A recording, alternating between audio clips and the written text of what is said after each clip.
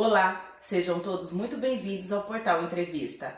Hoje iremos entrevistar a fonoaudióloga Ana Paula. A Ana Paula ela é especialista e ela vai conversar um pouquinho com a gente para ajudar os pais aí. Bom, oi Ana, tudo bem? Tudo bem, e você? Tudo bem, obrigada Ana, quero te agradecer imensamente pela entrevista.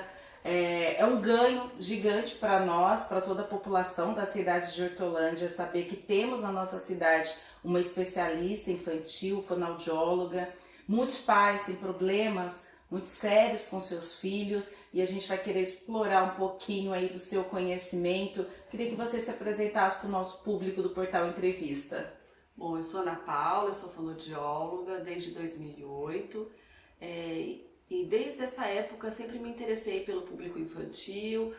Na faculdade já a minha maior paixão era o desenvolvimento de linguagem e eu mergulhei profundamente por essas águas, continuei meus estudos relacionados à linguagem infantil e assim, hoje em dia, nesse percurso todo eu atendo crianças de 1 ano até a adolescência, assim. Atualmente não estou atendendo adultos, então eu foquei mesmo na população infantil, né? Trabalhei por 12 anos em serviço público, tenho uma vasta experiência atual, né, nesse público aí. Ana, então vamos começar logo pelos pequenos. Normalmente o pai e a mãe ele tem um pouco de dificuldade de percepção que a criança não está falando.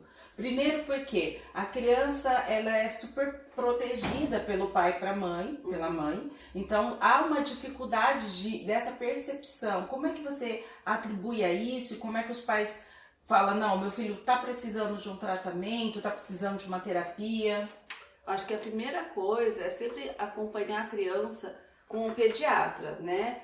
O pediatra é o profissional responsável por acompanhar esse desenvolvimento infantil. Entretanto, estar atento também aos marcos. Se os pais pegarem aquela caderneta que eles ganham da maternidade, lá vai ter vários marcos, né? E, idealmente, a criança com 1 ano já tem que estar conversando. Conversando o que eu falo, fala papai, mamãe, né? Coisas simples do dia a dia. Pode ter trocas? Pode falar mamã, papá, para se referir ao mamãe e papai, tá? Mas a gente precisa estar atento a esses marcos. Completou 1 ano, não falou as primeiras palavras, a gente precisa estar atento e acompanhar, às vezes pedir para o pediatra para que seja encaminhado para fono ou procurar uma fono por si só, tá? Porque daí se a gente agir nessas janelas de desenvolvimento, é muito mais fácil da criança deslanchar. E antes de falar, a gente também tem algumas coisas que as crianças fazem. Mandar beijo, fazer tchau, apontar, são todos pré-requisitos para a fala, né? Então a criança desde muito cedo ela precisa estar inteiramente nesse mundo da linguagem. Nasceu, a gente já chora, o choro é uma comunicação, né? E quando os pais, a mãe, a avó, a tia, o tio vai atender essa demanda da criança, conversa com a criança, já é uma forma de colocá-la no mundo da linguagem. Então, estar atento aos marcos. Tem dúvida? Pergunta para o pediatra, olha a caderneta. Hoje em dia tudo a gente coloca na internet, né? Sim. Então, a gente tem pessoas falando o tempo todo de desenvolvimento aí, então a gente pode procurar e pesquisar, mas o ideal é procurar uma avaliação de um especialista. O ideal é avaliar essa audição da criança também. Se ela está atrasada em relação às primeiras palavras, aos marcos do desenvolvimento, a gente precisa procurar um otorrino também para ver como está essa audição. Fazer um teste específicos de audição. Quando nasce, faz o teste da orelhinha, mas Sim. Não é porque fez o teste da orelhinha que está tudo ok, passou e está tudo bem. Pode ter algumas intercorrências na vida dessa criança nessa primeira infância, nessa primeiríssima infância, que precisa ser investigado se a audição está boa, né? Então, quando não fala as primeiras palavras com 1 ano, a gente precisa ligar algumas anteninhas aí, ficar com sinais de alerta, tá? A criança, por exemplo, você falou de alguns sinais. Normalmente as crianças muito pequenas, elas já apontam, o pai e a mãe já são facilitadores. Eles acabam pegando o alimento, a água. Isso atrapalha também na fala ou não? Não, isso não atrapalha na fala, tá? Porque é uma forma deles estarem no mundo até eles começarem a falar. O que a gente pode falar que atrapalha é a gente atender as demandas da criança antes dela ter necessidade. Então vamos supor, eu sei que está na hora da criança se alimentar. Eu vou lá e ofereço a comida. entendeu? Tudo bem, você vai ter uma rotina, uma programação, mas se adiantar muito as vontades da criança, as necessidades dela, mostra para ela que ela não precisa falar, né? Ah, sei lá, ela gosta de comer bolacha, eu vou dar um exemplo aleatório, e a bolacha está sempre embaixo aqui. Então ela vai lá, abre o armário, pega a bolacha e come. Ela quer, é bom ter autonomia, mas ela não está precisando do outro para ir lá buscar a bolacha para ela, ou para pegar a fruta, vamos supor, né? Então ela apontar já é um sinal de que está precisando do outro, né, para conquistar o objeto. Apontou a banana. Ah, você quer banana, filho? Vou pegar a banana para você. Quando você quiser banana, você fala, mamãe, dá banana, mamãe, dá. Sabe, isso aí que vai ajudar a criança a se desenvolver. Tá? Então, o apontar deve ser atendido num primeiro momento, mas isso não pode ficar para sempre. Né? No desenvolvimento infantil, as mudanças são constantes.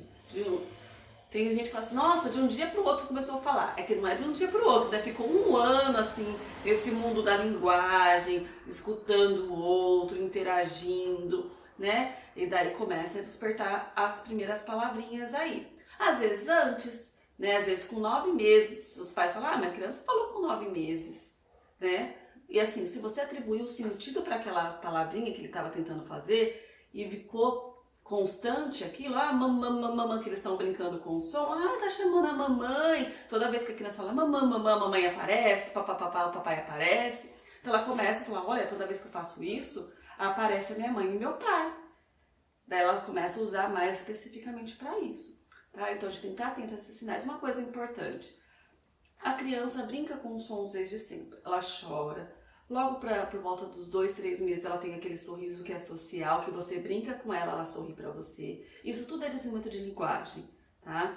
Então daí ela começa a brincar com sons. Papá, mamá, faz angu, antes de fazer papá, mamã, angu, que a gente fala, ah, tá falando angu. Daí tá brincando com sons. Isso tem que acontecer.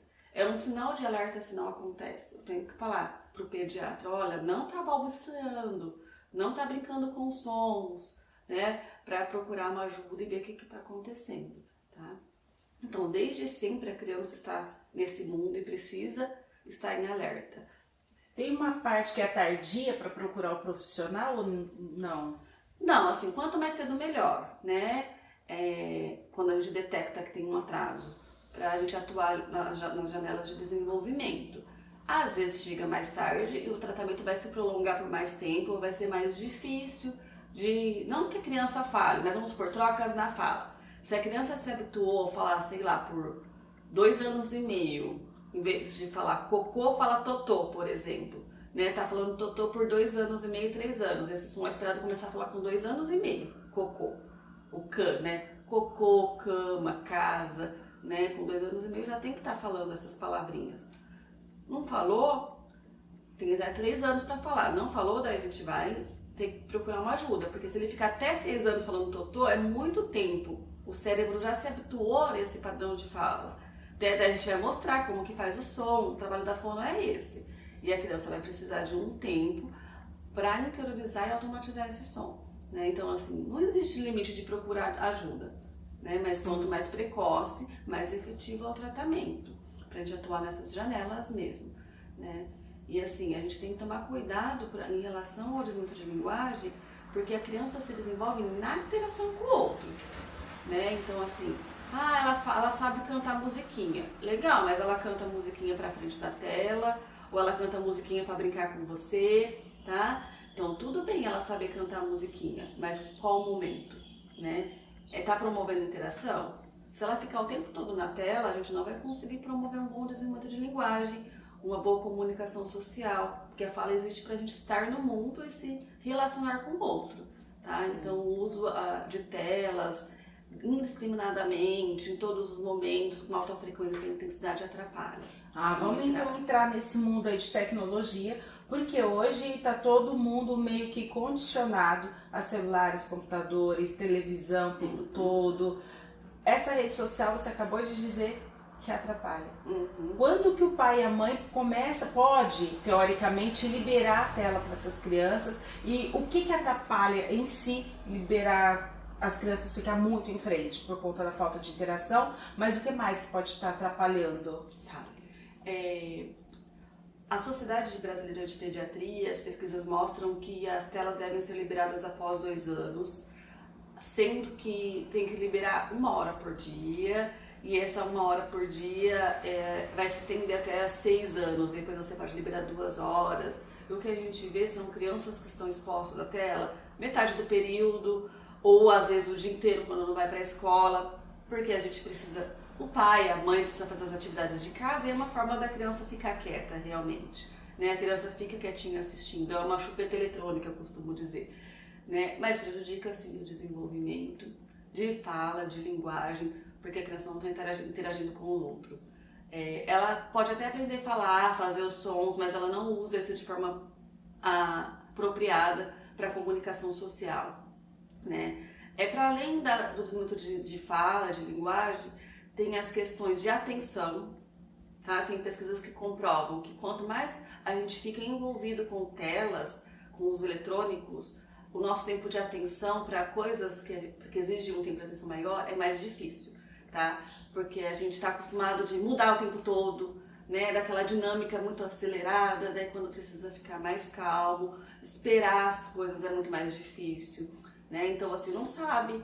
Na sala de aula, por exemplo, quando começar a ir para a escola e for necessário sentar na carteira, prestar atenção no professor, aquilo é muito difícil, é entediante, parece que não passa o tempo, porque você está acostumado o tempo todo com o dedinho lá trocando a tela, vendo várias imagens, não gostei desse vídeo, passo para o próximo, né? Então a gente tem que tomar muito cuidado, porque pode prejudicar até a questão de aprendizagem no futuro, desenvolver os déficits de atenção, né? Problemas muito sérios mesmo, assim, para a criança e para a família também, né? Então, assim, não tem como ser zero, eu acho muito difícil ser zero tela. Tem como? Tem, né? Mas é muito radicalismo, a gente sabe que as famílias usam para trabalhar o computador, usam para trabalhar o celular, às vezes quer assistir realmente alguma coisa, mas delimitar e sempre estar atento ao que essa criança está vendo, né?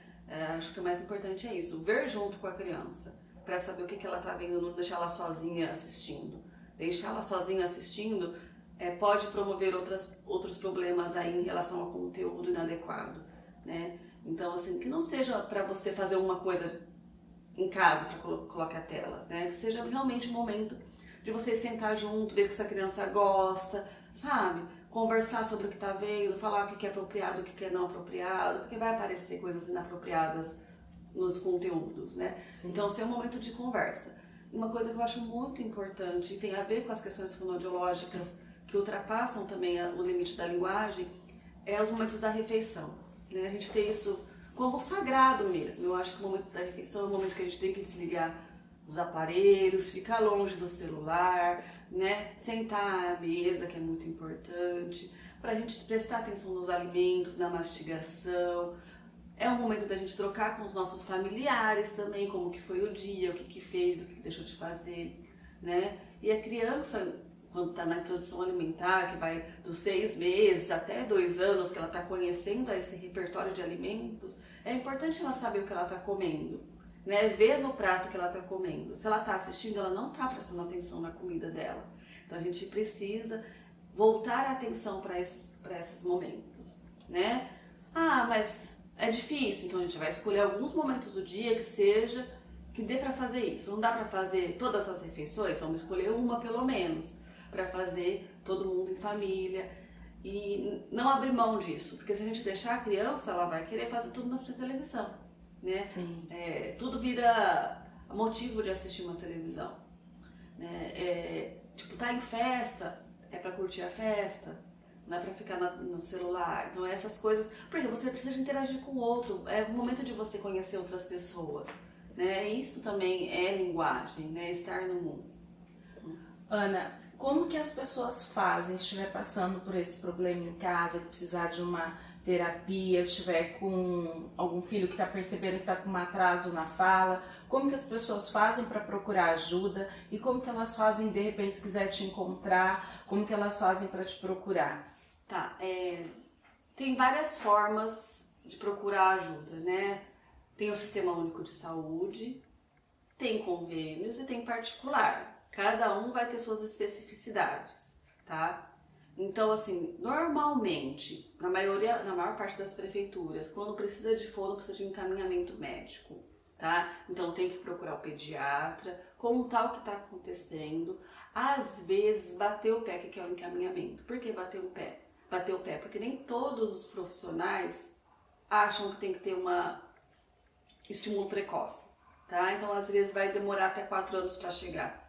E se a gente agir precocemente, a gente vai ter mais resultados. Então, falar, olha, eu sei que precisa falar, tá aqui. Então, mostrar que você tem a informação na mão ajuda, né? Eu quero encaminhamento para fono, eu quero encaminhamento para otorrino, né? E daí, a partir desse encaminhamento, o Sistema Único de Saúde vai, cada prefeitura vai estabelecer o seu fluxograma e seu caminho para chegar no especialista, né? Aqui tem o CIER, que atende essa demanda, atende os pequenos também, né? Então é importante procurar o pediatra e pedir esse encaminhamento. Convênios médicos também é via pediatra, precisa de encaminhamento médico, tá? Daí a mãe chega no pediatra, pede esse encaminhamento e daí ela vai ter que procurar pessoas credenciadas ao convênio, tá bom? Então cada convênio vai ter seu profissional credenciado, vai ter clínicas que ajudam essa criança e daí chega na fono, tá? No particular, não precisa de encaminhamento médico. Você pode ter uma demanda espontânea,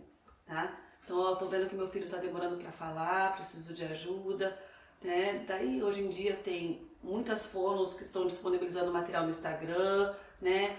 Eu também atendo particular. Se quiser me procurar, estou à disposição aí, né? Eu tenho o Instagram, que é dialogando _com _fono, eu sei que é difícil, mas é isso aí. Então fala de novo o Instagram. Dialogando _com _fono, né? Daí vocês podem mandar mensagem por lá. E tem meu telefone que é via WhatsApp, é o 19 98818 6755. Muito rápido, fala de novo. Tá, 19 98818 6755. Tá? Daí só me contatar que a gente conversa. E eu escuto a demanda e a gente tenta estabelecer aí uma avaliação, né? E assim, a avaliação da fono não é milagrosa. Faz a avaliação, já sabe o que é e já vai trabalhando, né? Ela é um processo. Às vezes, com o encontro desses pequenininhos, às vezes a gente não consegue detectar tudo o que precisa, né? Então é importante falar que precisa de mais que um encontro, às vezes, para determinar todas as necessidades. Quanto menor a criança, mais o vínculo a gente tem que fazer para conseguir perceber quais são as dificuldades. Porque às vezes a criança fala, mas não conversa com a fono no primeiro encontro, né? Então, às vezes precisa de mais tempo. Então a gente entra num processo, às vezes avaliativo, às vezes a gente faz uma terapia diagnóstica, mas a gente já está trabalhando, tá? As dificuldades, já está de antena ligada aí para perceber o que vai precisar de mais, fortalecer mais, quais são as fragilidades e as fortalezas da criança para a gente conseguir aí desenvolver um bom trabalho. Para a gente fechar essa parte, Ana, os pais também participam ou não há necessidade? É importante, tá? Assim, a minha terapia, eu conto muito com a família. Não é uma vez por semana, encontro de 45 minutos a 50, que vai resolver todos os problemas, tá? Então, assim, quando a criança é pequenininha, eu incluo a família, o pai, a mãe ou quem levar a criança dentro da terapia e vai participando dos encontros, tá? Às vezes fica só sentadinho olhando, às vezes vai brincar junto, vai depender de cada necessidade aí daquele momento, daquela criança. A gente vai estabelecendo e aos poucos os pais vão saindo da sala assim e ficando na recepção e eu chamo no final para conversar, tá? Mas eles precisam participar e saber o que está acontecendo, tá? Se o seu filho vai na fono e a fono não chama para conversar, acende uma luzinha vermelha aí. Você precisa ter recursos para trabalhar com essa criança em casa, tá? Porque não é 1 hora por dia ou 45 minutos que vai resolver o problema. O que eu preciso fazer para ajudar em casa, fono? Né? O que você está trabalhando? Como que eu posso te ajudar? Tá? Porque é uma relação multifatorial aí,